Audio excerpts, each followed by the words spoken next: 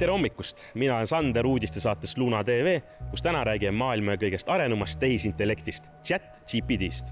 ChatGPT on tehisintellekti algoritm, mis võimaldab inimestel suhelda arvutiga inimkeeli.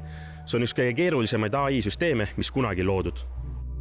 ChatGPT on võimeline vastama erinevatele küsimustele ja aruteludele ning isegi kirjutama artikleid ja raamatuid. See on tõeliselt muljetavaldav saavutus tehisintellekti valdkonnas.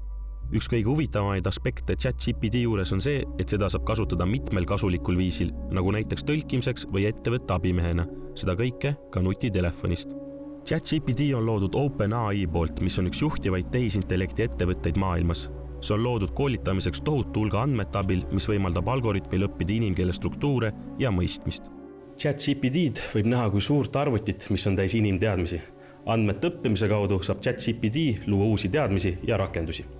Lõpetuseks võib öelda, et ChatGPT on tehnoloogiline läbimurre, mis on loodud selleks, et muuta maailma paremaks. Tänu sellele avaneb võimalus suhelda arvutiga täiesti uuel tasemel. Just selliselt suutis ChatGPT toimetada äsja kuuldud loo sissejuhatuse, valides ja mõeldes ise tekstilise sisu ning erinevad kaameraplaanid. Antud programm on juba suuri laineid löönud ka akadeemilises maailmas, kus seesamune AI juturobot suutis Whartoni ärikooli eksamil saada indeks B. Mõttekam kasutada seda nii, et nagu mingid oma küsimusi sisse panna, proovida, katsetada, kasutada ideede genereerimiseks ja ka samas seda saab kasutada nagu mõnes mõttes sellist korrektorit või keeletoimetajat.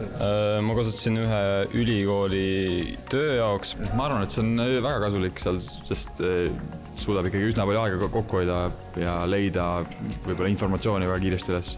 Mul on tunne, et sa ajab kõik autoriõigused väga sassi, et kui sa võtad AI-ga lood kunsti, võtad selle aluseks kellegi teise kunagi tehtud kunsti, et siis on ju tegelikult ilmselge, et seal on mingid tema stiili sugemed, isegi et need on kõik niimoodi arvutiga uuesti loodud.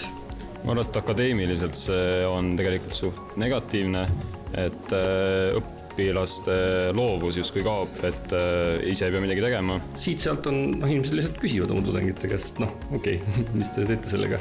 On olnud juhtumid, kus õppejõud nagu arvab, et äkki on masina abi kasutatud rohkem või vähem, aga selle juures ongi see probleem, et seda ei saa tuvastada nagu plagiaati, sest see ei ole sama loogika nagu plagiaat, sest iga kord, kui sa paned genereerima selle masina, siis ta annab sulle midagi uut, seal ei ole mingit algmaterjali, seega ainus võimalus on see, et inimene ütleb, et jah, ma kasutasin, aga tegelikult ei ole ka mingisuguseid kokkulepitud reeglid, et kas ei võiks kasutada.